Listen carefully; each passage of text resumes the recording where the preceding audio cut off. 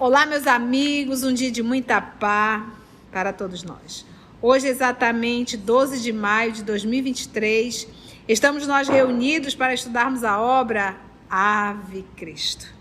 Quantas emoções, né, meninas e meninos, nessa leitura final. Nós vamos envolver para a nossa irmã Lígia fazer a nossa prece de gratidão e logo depois a nossa irmã Aramita irá fazer a recapitulação do nosso último estudo.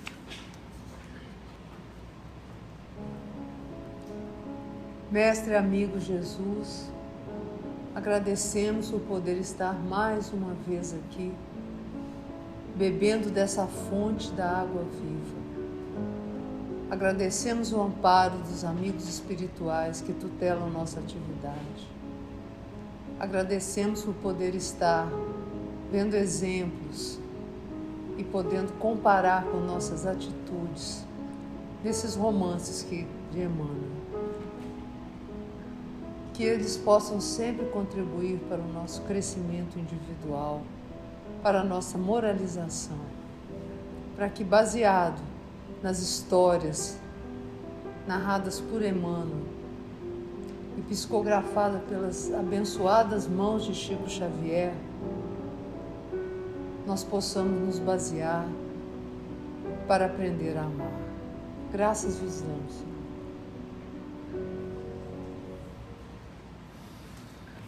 Em nosso último estudo, nós vimos Tassiano, que agora mora com Quinto Celso, Blandina e um casal de servos, a conversa entre Tassiano e o Quinto Celso.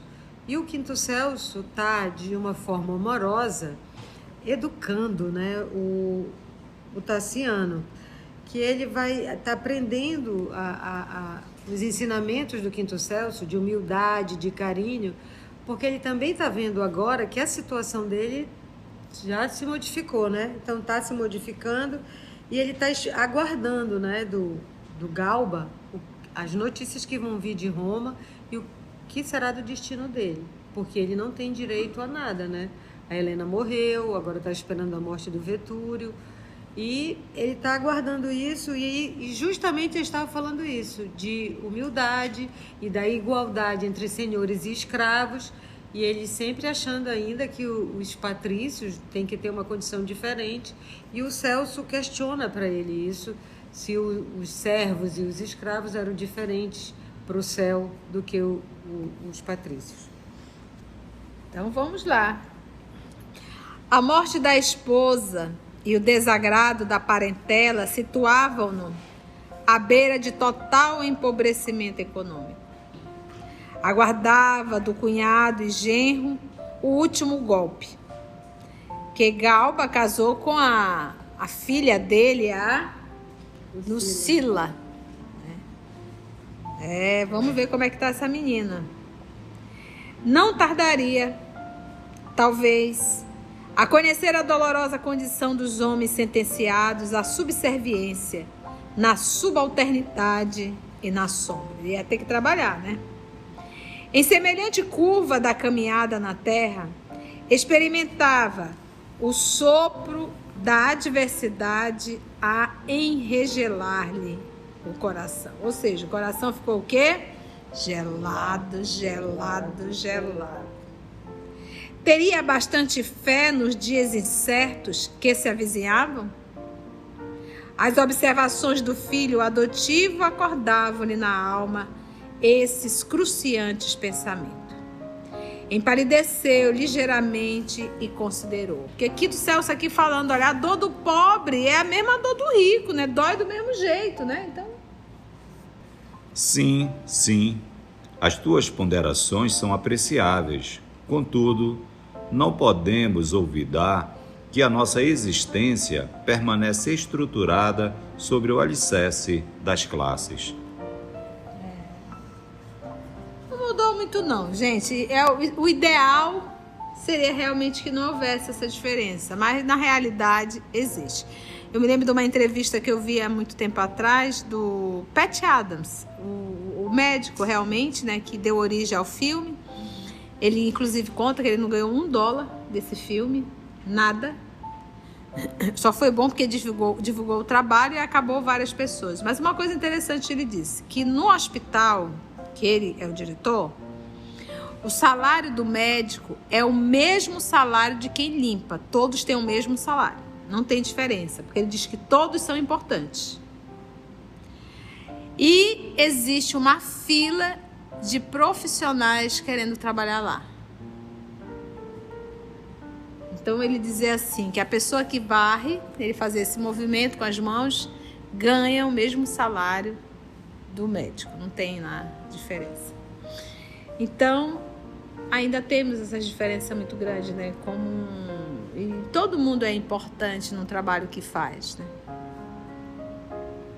E, recordando sábias interpretações dos antigos romanos, acrescentou: a sociedade é um corpo do qual somos partes integrantes. A cabeça içada sobre os ombros guarda a missão de raciocinar e decidir. As mãos e os pés foram feitos para servi-la. No organismo de nossa vida política, o patriciado representa os sentidos, tais como a visão, a audição e o tato, que auxiliam o cérebro a examinar e discernir, ao passo que os plebeus constituem os membros incumbidos do trabalho e da submissão. Não poderíamos inverter a ordem. O nascimento e a posição, o nome e a conquista são os pilares de nosso equilíbrio. Como bem disse Emmanuel aqui no início, recordando sábias interpretações dos antigos romanos. Então, mostrando aqui a classe, né? O jovem sorriu com inteligência e obtemperou, fortemente inspirado, né? Respondeu, vamos ver, contrapôs. A dor nos pés não é tão desagradável quanto a dor na cabeça? Uma ferida nas mãos não será tão incômoda quanto um golpe no rosto? Estou certo, meu pai, de que cada pessoa respira no lugar que a natureza lhe concedeu. Mas todos os homens merecem respeito, felicidade e consideração entre si. Aceitando essa verdade, creio que se a fé pudesse operar em nós, por dentro, fazendo-nos mais amigos e mais irmãos uns dos outros, a fim de que nós mesmos começássemos o serviço da bondade, sem qualquer constrangimento, a harmonia do mundo seria mais perfeita, porque a fortuna dos felizes não seria perturbada pela desfortuna dos pobres. O riso de alguns não seria prejudicado pelos gemidos de tantos. Nós estamos vivendo uma experiência na terça-feira, na gravação de O Livro dos Espíritos. Eu fiz um diálogo com uma criança de 8 anos, muito inteligente. E quando terminou, ele olhou para mim e disse assim: a senhora vai para onde agora? Eu disse: agora titia vai... Eu falei o termo da aula, né? Titia vai dar aula, a gente vai estudar o livro dos... Vamos estudar. Ela disse: o que a senhora vai estudar? Eu digo: o Livro dos Espíritos. Eu disse: eu posso assistir? E eu já tinha feito o diálogo com ele, né? Eu digo: claro que pode, vamos lá. E ele foi na primeira aula, olhou e eu olhava para ele muito atento, prestando atenção. E aí depois a mãe dele me disse que saiu de lá e disse: eu quero esse livro também, eu quero voltar outra semana, mas eu quero o livro já junto. E ela providenciou o livro e ele leu em casa e volta para lá e tá indo, já está na 4ª semana já de gravação. E ele adora, ele está adorando. Ele disse: eu não aguento mais aquela evangelização infantil, mãe, só me põe para desenhar, eu quero aprender as coisas. Então a gente também tem que acompanhar o processo. Não é verdade? E a idade, eu acho que hoje a gente tem que começar a ver a idade espiritual. Você vê a criança, ele está lá, está ouvindo o perispírito. A gente está falando sobre perispírito. E ele fica lá, algumas coisas ele tem dúvida, ele olha para a mãe, pergunta, a mãe explica, a mãe é espírita, né? Então, é respeitar realmente a idade. Então, a gente vê aqui o Quinto Celso, criança, mas muito mais evoluído do que Tassiano. E a gente percebe um espírito mais evoluído pela sua abordagem. Então, se você olha para o seu filho e ele é igual a todos, encapetado, encapetada, fútil, já mostra de onde veio, tá? Não é nem um espírito nobre. O espírito nobre, ele já mostra desde a infância. A gente vê muito isso nas obras, né? Lembra da Alcione? A dor nos pés não é tão desagradável quanto a dor na cabeça? A dor é dor.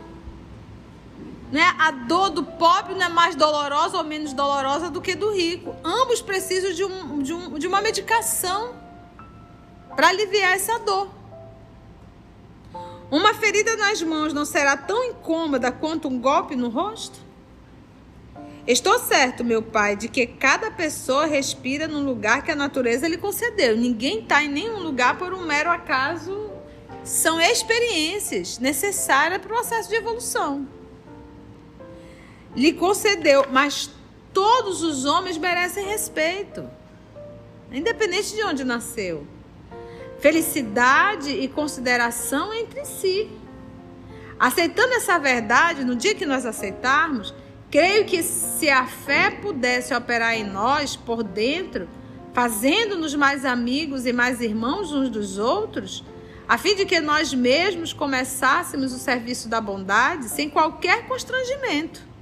A harmonia do mundo seria mais perfeita, porque a fortuna dos felizes não seria perturbada pela desfortuna dos pobres. Não é verdade isso? Olha que coisa tão linda. Então você é rico, milionário, você tem que colocar cachorro, colocar cerca elétrica, colocar isso, colocar aquilo outro. Ou o pobre sempre te procurando por causa disso, por causa daquilo. Isso acabaria. Fazendo-nos mais amigos e mais irmãos uns dos outros, a fim de que nós mesmos começássemos o serviço da bondade, sem qualquer constrangimento. A harmonia do mundo seria mais perfeita, porque a fortuna dos felizes não seria perturbada pela desfortuna dos pobres. O riso de alguns não seria prejudicado pelos gemidos de tantos. Olha como ele usou o termo, alguns, porque são poucos, e tantos, porque são muitos que sofrem. O viúvo de Helena meditou por momentos e concluiu: As tuas referências são interessantes e valiosas. Inegavelmente, para alcançarmos a realização a que te reportas, precisaríamos no império de um grande reformador, um homem à altura de todas as nossas dignidades públicas. Provavelmente um filósofo, tomando as rédeas do governo, sob a inspiração da bondade e do direito, saberia compreender as nossas necessidades comuns. As tuas referências são interessantes e valiosas. Inegavelmente, para alcançar uma realização a que te reporto, precisaríamos do império de um grande reformador. Aí eu acho que o que você está deve ser... Já chegou, pai, atenção, já chegou, né? Celso trocou ali com Blandina um olhar de inexprimível alegria e acentuou: Mas, papai, o senhor não acredita que esse renovador já tenha vindo? Tassiano compreendeu a velada referência a Jesus Cristo, esboçou um gesto de enfado e modificou o rumo da conversação. Todavia, na solidão de si mesmo, refletia sobre os argumentos daquela criança, que a devoção de Lívia lhe havia legado e que, paulatinamente, passava a lhe ocupar o coração como pequeno, mas seguro orientador.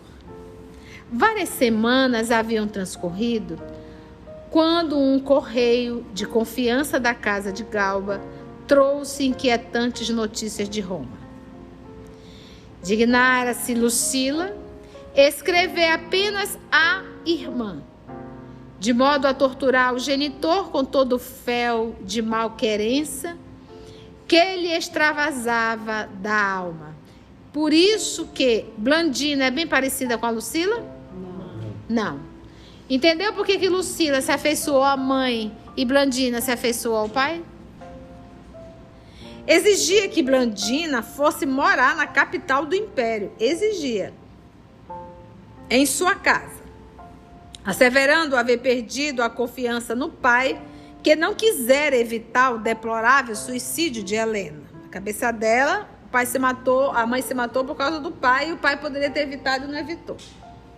Achava-se convicta de que ela procurara o próprio fim, constrangida pelo procedimento de Tassiano, que, por anos consecutivos, parecia recusar-lhe o carinho.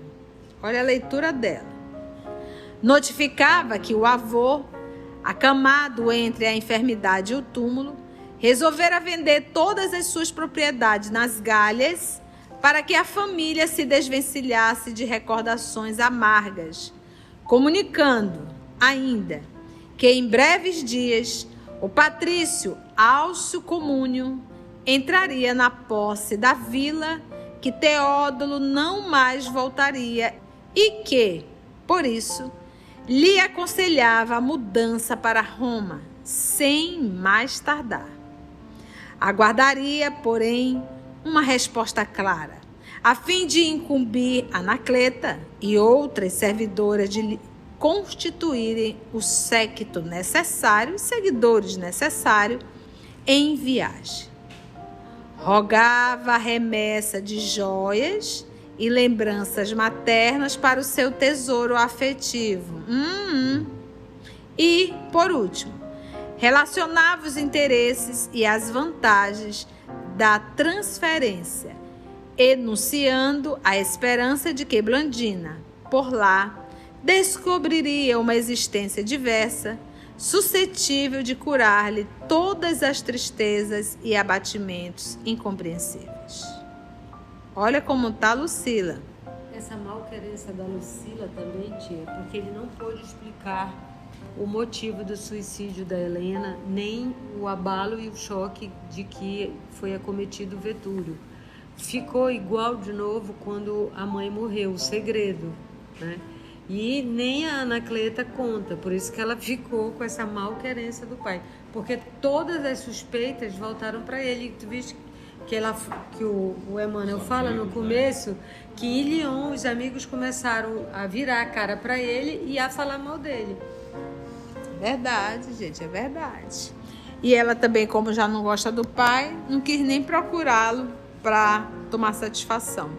E aí eu gosto de lembrar realmente o decálogo: honra a teu pai e a tua mãe. Às vezes está passando uma situação difícil, com pai ou mãe muito difícil a nível de relação, e os filhos se arvoram ao direito de querer julgar pai e mãe. Não deve. É honra a teu pai e tua mãe.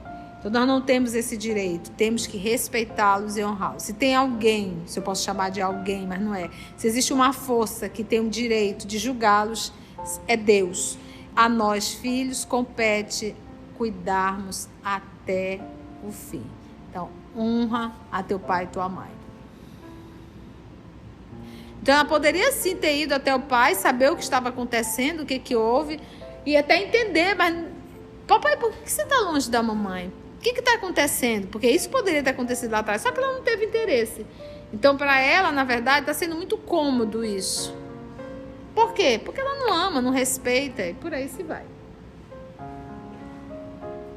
Então vamos ver o que a Blandina vai responder. Tassiano leu a carta, mal afogando as lágrimas. Nunca poderia aguardar semelhante desacato, porque é filha. A decisão do sogro, desfazendo-se das terras, significava para ele o mais forte rebaixamento de nível social.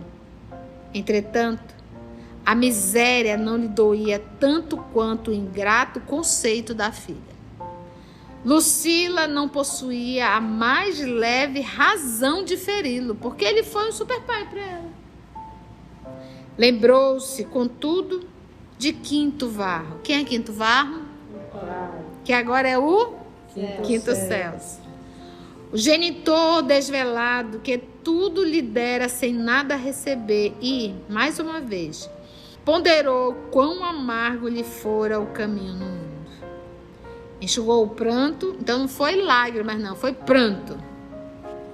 recompôs a fisionomia, para você ver como ele caiu mesmo, e apresentou a mensagem à filhinha. Blandina não ocultou a revolta que as notícias lhe impunham e respondeu de imediato à irmã que não pretendia abandonar a companhia paterna enquanto vivesse. O emissário de Galba tornou à metrópole, conduzindo a curta missiva, a curta carta, com todos os objetos de uso particular de Helena e, desde então, indevassável silêncio pesou nas relações familiares entre Lucila e o pai. Se a gente pega uma Blandina, um espírito daqueles, a primeira coisa que ela vai fazer, eu não vou mandar não, a joia da mamãe, vai ficar aqui comigo, tu já tá aí, entendestes? Vou te mandar só uma parte. Vou te mandar só uma parte, mandou tudinho. Imagina essas joias, gente. Volvidos alguns dias, Ácio apossou-se da herdade, requisitando o servulino e a esposa, cujos serviços lhes pertenciam por direito de compra, e Tassiano, obrigado a contratar a cooperação de uma doméstica, assumiu, por sua vez, a tarefa de educador dos filhinhos, porquanto não mais dispunha de recursos materiais capazes de satisfazer a todos os seus desejos. Olha que situação. Cenas do próximo capítulo. Já. Pra contar gotas. Foi bom, gente? Muitas emoções. Agora já descobrimos. Começou o nosso estudo de hoje, Tassiano estava rico. Terminou agora, Tassiano está pobre e sem escravo. Ele estava classe média, agora ele está pobre. Mas ele ainda se sentia meio que habitante ali da vila, né? Agora ele perdeu tudo, até os escravos, né? Nada. E assim, gente, agradecemos a Deus nosso Pai, agradecemos infinitamente a Jesus, o amor de nossa vida, a espiritualidade amiga aqui presente, se Deus nos permitir, até o nosso próximo encontro. Graça te damos, Senhor.